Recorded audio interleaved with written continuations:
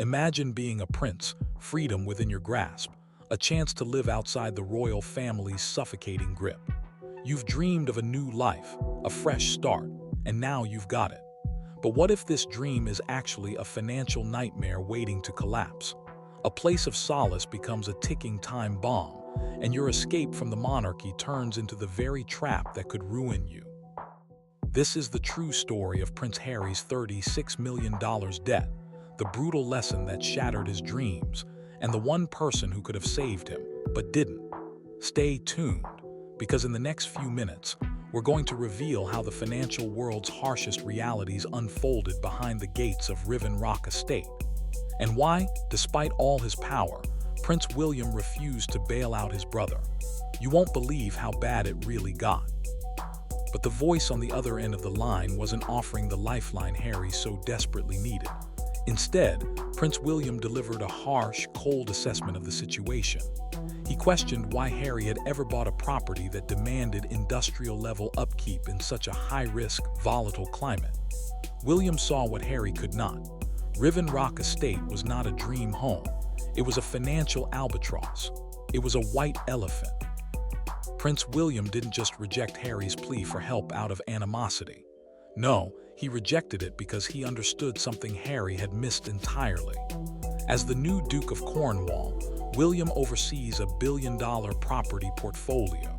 He knows what makes a property valuable and what makes it a liability.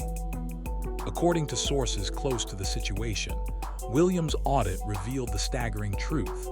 Harry had purchased a white elephant, a term used to describe a property so large and costly to maintain that it swallows up the wealth of its owner. Before Harry took ownership, the estate had belonged to Sergei Gresin, a Russian oligarch whose name alone had cast a shadow over the property. The estate was infamous, not for any mythical curse, but because of its overwhelming, insurmountable costs. William, looking over the audit, began detailing exactly why this house wasn't an asset but a trap. He pointed out the absurdity of the 9 bedrooms and 16 bathrooms for just 2 people. To a property manager, those numbers weren't luxurious, they were liabilities. 16 bathrooms means 16 plumbing systems to maintain, 16 potential leaks to worry about, and 16 points of failure. It wasn't just a house, it was a money-sucking beast that required constant feeding. Then there was the water. A passionate environmentalist, William was horrified by the landscaping costs. In a state ravaged by drought, maintaining 7 acres of lush, green gardens wasn't just wasteful, it was financial suicide. Analysts estimate that the water bill for Riven alone could rival the annual salary of an average worker. It was money Harry was literally throwing away just to keep the grass green for a few select visitors, including opera. But the expenses didn't stop at the water bill. William also pointed out the hidden costs that were never listed in the glossy brochures. The annual property taxes alone exceeded $200,000, a staggering figure Harry had to pay every year, whether Netflix renewed his contract or not. This was the cruel irony of Harry's situation. He had been raised in royal palaces where the lights were always on, the heating always worked, and the bills were handled by an invisible hand, the duchy. But now, in the harsh light of reality, he found himself dealing with the operational costs of a monstrous mansion, and he had no concept of what it took to keep such a property running. William's verdict was sharp and unforgiving. Harry had traded the controlled, sustainable finances of the monarchy for the unsustainable debt of a mortgage, and it was clear. The bank was a far crueler master than any royal institution. The king might forgive a minor breach of protocol, but the taxman would never forgive a missed payment. By blocking the bailout, William wasn't just saving money, he was refusing to sustain a lifestyle that could never be maintained. He knew that pouring millions of dollars into Riven was like pouring water into a bottomless pit. And the worst part wasn't the leaking plumbing or the soaring utility bills. It was the people Harry trusted most, the very ones who had encouraged him to invest in such a property in the first place. When the estate began to fall apart, Tyler Perry, who had once played the role of a godfather to the Sussexes, walked away. Parry had been their protector, offering emotional support and even sending his private jet to bring them to safety when they fled Canada. But behind the scenes, Prince William had observed the blurry line between friendship and financial dependency. He saw what Harry failed to recognize. Tyler Perry was no longer just offering support. He was underwriting a significant portion of their lifestyle. Perry, a self-made Billy, on air, understood the difference between charity and bad investments. Slowly, he came to realize that he had been carrying the Sussexes' financial burdens. While he had been covering essential costs like security, Harry and Meghan had been living lavishly, spending their own liquidity on private jets, designer wardrobes, and public relations firms. They were living like billionaires on a millionaire's budget. Perry's generosity, once an act of kindness, had become an expectation. His support had turned into a crutch for a couple who had grown accustomed to living beyond their means. The breaking point came when Harry, in desperation, tried to call upon Perry's generosity once more. But this time, Perry refused. He closed the bank of the Godfather. William, who had long been watching from the sidelines, saw the full picture. He wasn't just saving money, he was refusing to bail out a lifestyle that had spiraled out of control. As the financial situation worsened, Harry turned to the only other avenue he had left: Netflix. But Netflix, which had signed the Sussexes to a $100 million deal, wasn't offering the salvation Harry had hoped for. Instead of a cash injection, Netflix demanded a $20 million refund for failed content. The deal that Harry and Meghan thought would provide a safety net had now become a noose tightening around their necks. The entire financial foundation they had built their American dream on was crumbling, and there was no one left to catch them. The once glamorous vision of Hollywood success now appeared to be a mirage. Executives from Spotify and Netflix, who had initially signed on in hopes of capitalizing on the Sussexes brand, had started to label them as grifters. The royal couple was no longer seen as the brave duo fleeing an oppressive monarchy. They were seen as an entitled couple living far beyond their means, relying on others to cover their extravagant expenses. Prince William, with his sharp business acumen, saw the inevitable conclusion. If a billionaire like Tyler Perry couldn't afford to support Harry's lifestyle, then no one could. And so, William took a stand, refusing to back his brother's financial mismanagement any longer. He gave Harry the final, crushing ultimatum: sell the house. But the real humiliation wasn't just the sale of the estate. It was who would buy it: a faceless investor, someone who would see Riven Rock as nothing more than a financial burden, a line item on a spreadsheet to be written off. No longer would it be a home for Harry and Meghan. It would be another victim of a financial collapse. As the walls closed in, Harry was left with one undeniable truth: his American dream had become a nightmare. There was no rescue, no bailout, and no escape from the consequences of the choices he had made. But the voice on the other end of the line wasn't offering help. Instead, Prince William delivered a cold, brutal assessment. He reportedly questioned why Harry had purchased a property that required industrial-level maintenance in a climate zone he didn't understand. William saw what Harry couldn't. Riven Rock Estate wasn't a palace. It was a white elephant, a term for a gift so costly to maintain that it eventually destroys the recipient. It wasn't just a house. It was a weight around Harry's neck, a trap hidden behind a glossy exterior. The image of a sprawling estate in California's sun-drenched hills, the kind of place most people dream of, was now exposed for what it truly was: a burden that would slowly bleed Harry dry. As William delved deeper into the property's audit, the brutal reality of Harry's situation unfolded like a financial horror story. He didn't reject Harry's plea for a bailout out of malice, nor was it simply a refusal based on sibling rivalry. No, this was about the cold, hard facts.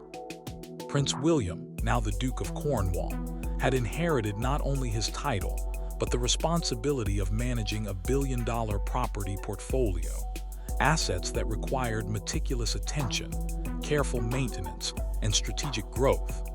He knew all too well the difference between an asset that generates wealth and a liability that drains it. The audit revealed a chilling truth that must have made William's blood run cold. When Harry and Meghan had first set their sights on Riven Rock, they thought they were purchasing a majestic home, a sanctuary, a retreat from the pressures of royal life. They saw a beautiful, sprawling estate worth $14.65 million and envisioned it as the perfect symbol of their new life. But what they had actually purchased was a financial quagmire, a property so oversized, so impractical, and so costly to maintain that it quickly turned from a dream into a nightmare. The estate boasts an impressive 9 bedrooms, 16 bathrooms, and a sprawling landscape that stretches over 7 acres. To an average person, this might seem like the ultimate symbol of luxury, the kind of mansion everyone dreams of owning. But to a prince raised in the practical, untold world of royal estates, this was madness. William reportedly asked the one question that no one in Harry's circle had dared to ask: why do 2 people need 16 toilets? In the world of real estate management, those 16 bathrooms weren't a symbol of luxury. They were a logistical nightmare. It meant 16 plumbing systems to maintain, 16 potential leaks to worry about, and 16 points of failure scattered throughout a property that was far too large for just 2 people. The larger the property, the more complex the upkeep, and in the case of Riven Rock, every inch of space required constant cash flow just to keep it operational. It wasn't a lavish palace. It was a living, breathing beast that devoured money daily, and Harry had no idea what he was truly committing to. But the maintenance didn't end with the bathrooms. The most shocking revelation came with the water bills. William, a passionate environmentalist, was reportedly horrified by the costs of landscaping in a state that had suffered from one of the worst droughts in history. Maintaining 7 acres of lush, English-style gardens in the parched California climate was nothing short of financial folly. Harry, in his naivety, likely thought of the green lawns and manicured gardens as a picturesque backdrop to his new life. But in the eyes of a seasoned property manager, they were a ticking time bomb.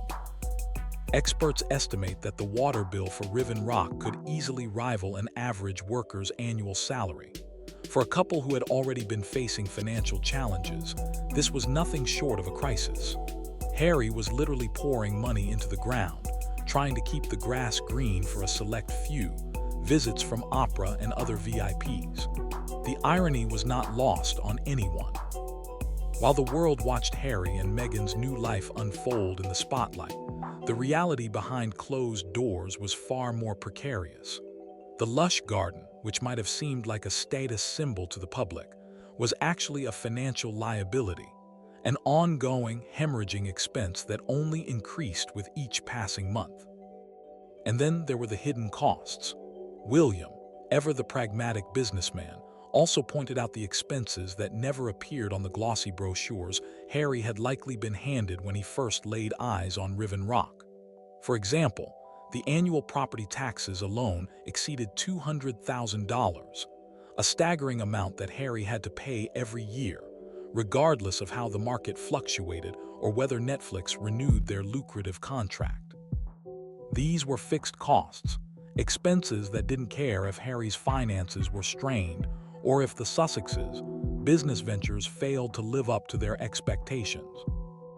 This was the true tragedy of Prince Harry's situation.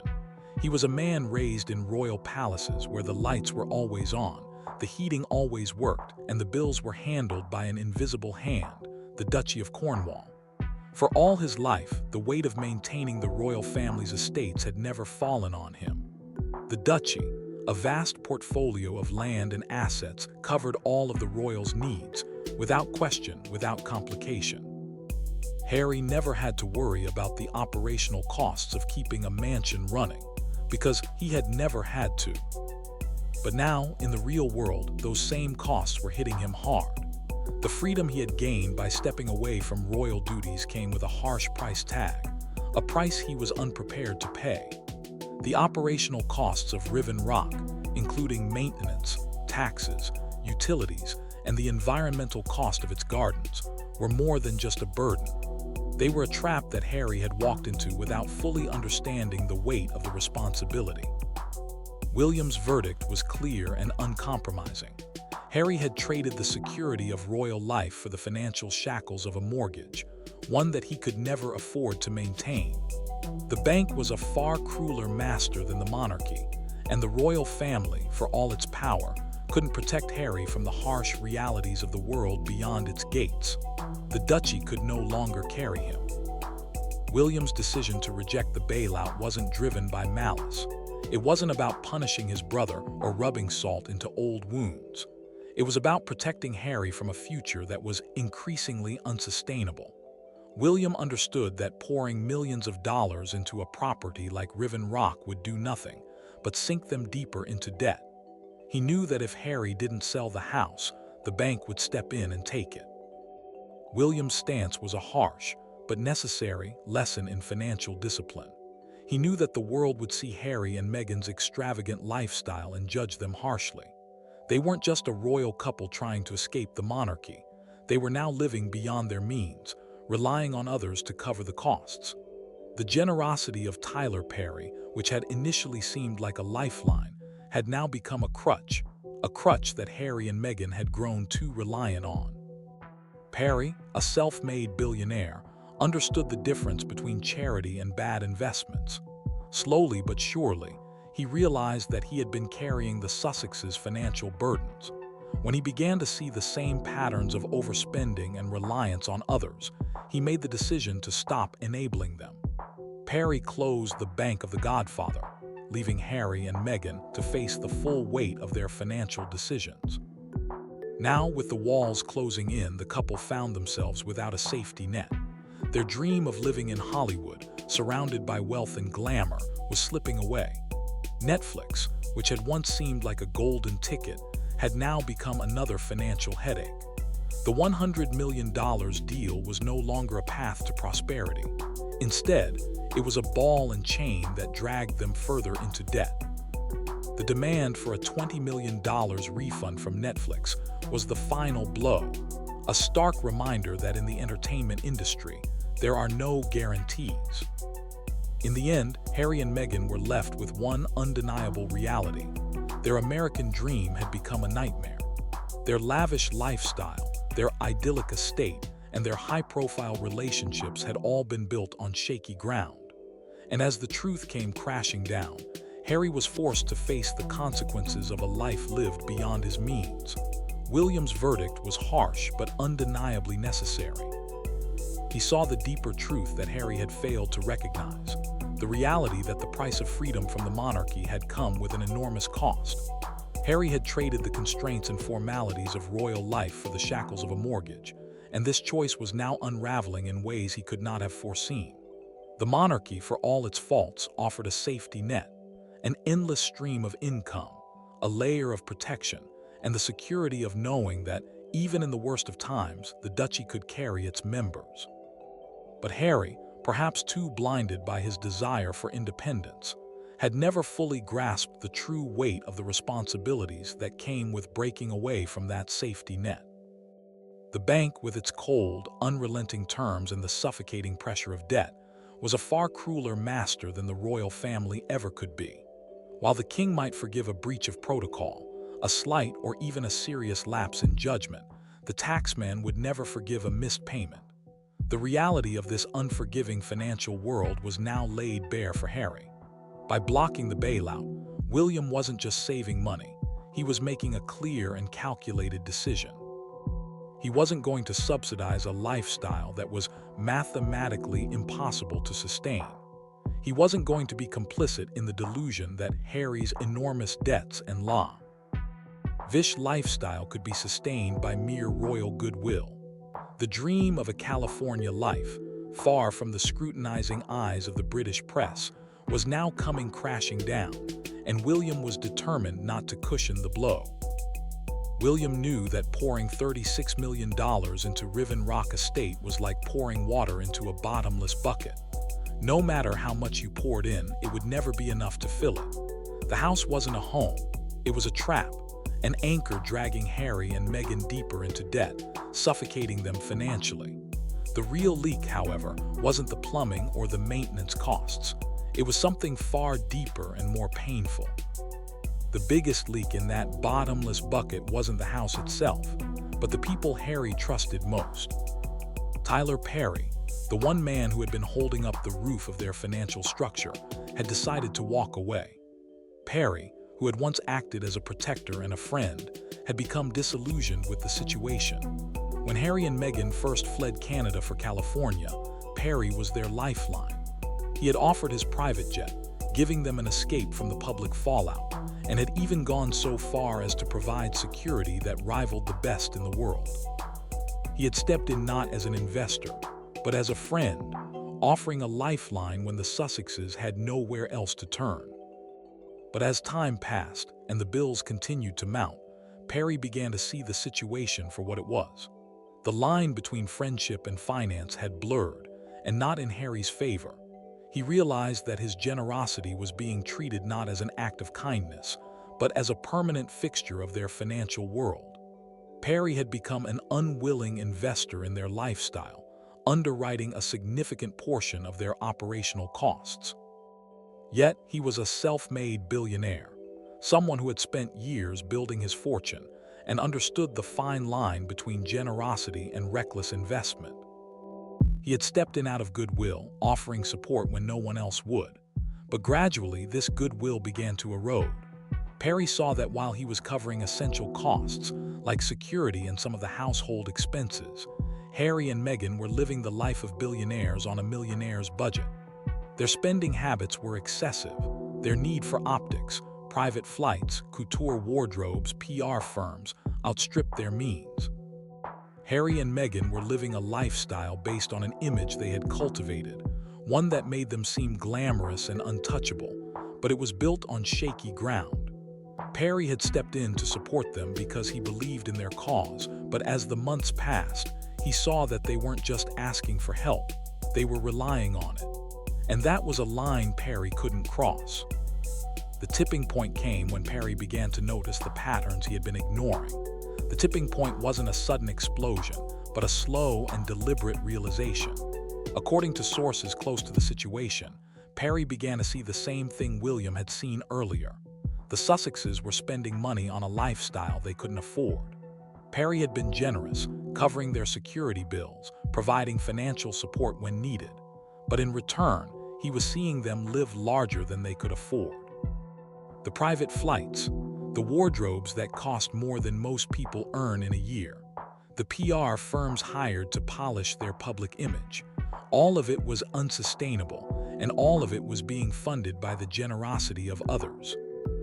For Perry, this generosity had become an expectation, not an act of kindness. It had become a crutch for a couple that refused to walk on their own. And as much as he wanted to help, Perry saw that he was no longer supporting Harry and Meghan's dreams. He was subsidizing their failures. The breaking point came in the form of a brutal phone call when Harry allegedly invoked Perry's role in their daughter's life to try and extract more financial support. Perry, who had already given so much, refused. He put his foot down. He closed the bank of the Godfather. Prince William, ever the pragmatist, saw the situation unfold and seized the moment. He told Harry, "Even your Hollywood friends have realized you're a liability. If a billionaire won't back you, why should the duchy?" It was a stinging rebuke, one that exposed the raw truth of Harry's situation. He had failed to recognize the limits of his support system, and now, with nowhere left to turn, he was facing the grim reality of his choices. There was no one left to save him. As the Riven rock estate continued to bleed them dry, Netflix, the second pillar of Harry's financial salvation, decided to collect its debt. The Sussexes had operated under a fatal misunderstanding of their $100 million deal with Netflix. They thought the deal was a signing bonus, something akin to a reward for their royal pedigree and celebrity status. But in the ruthless world of Hollywood, there are no free passes. Deals are made on recoupable advances, meaning that the money is only theirs if they can produce the content to justify it. When Netflix demanded $20 million back, money that had been paid out in advance for content that had failed to meet expectations. It was the final blow. The foundation of their financial empire, built on high-profile deals and public expectations, was crumbling before their eyes. The myth of their financial security had been shattered, and now they were facing the reality of how little they truly had left. Meanwhile, executives from Spotify and Netflix, who had once hailed Harry and Meghan as cultural icons and royal rebels, had begun to label them as grifters. The term, a harsh and unforgiving judgment, was a devastating blow for Harry, a term that Prince William, as head of the duchy, could never tolerate. For William, hearing his brother's name associated with such a label was a humiliation not just for Harry, but for the entire royal family. Harry and Meghan were no longer seen as the brave couple who had fled a toxic monarchy. They were seen as an entitled duo living beyond their means, relying on others to fund their extravagant lifestyle.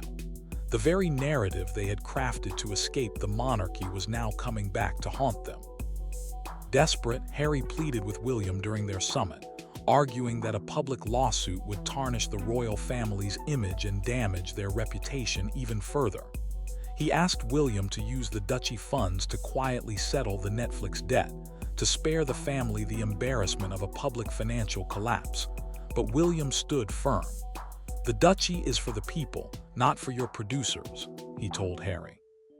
It was a hard and final refusal, one that left Harry exposed to the brutal reality of the financial world outside of royal life.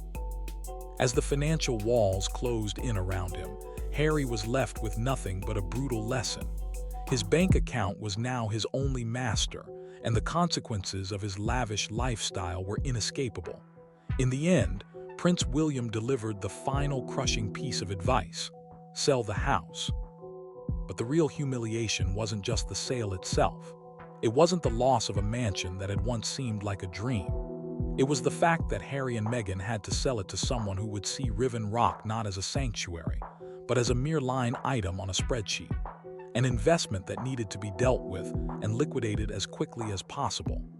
They had no choice but to sell to a faceless investor who would care nothing for the history or the dreams that had once been attached to the property. To the new owner, it would be just another financial asset to be handled, one more problem to solve. No longer would Riven Rock be a cherished home for Harry and Meghan. It would be another casualty in the collapse of their financial empire. And so, the Sussexes retreated further into the shadows of their former lives. The dreams of a Hollywood fairy tale had turned into a nightmare, and the reality of their financial mismanagement had left them isolated, vulnerable, and without the safety net they had once taken for granted. And so Harry's dream crumbled. The house, once a symbol of freedom, now represented everything that went wrong with their grand escape. But here's the burning question: how will this financial collapse affect the Sussexes moving forward? Can they ever rebuild?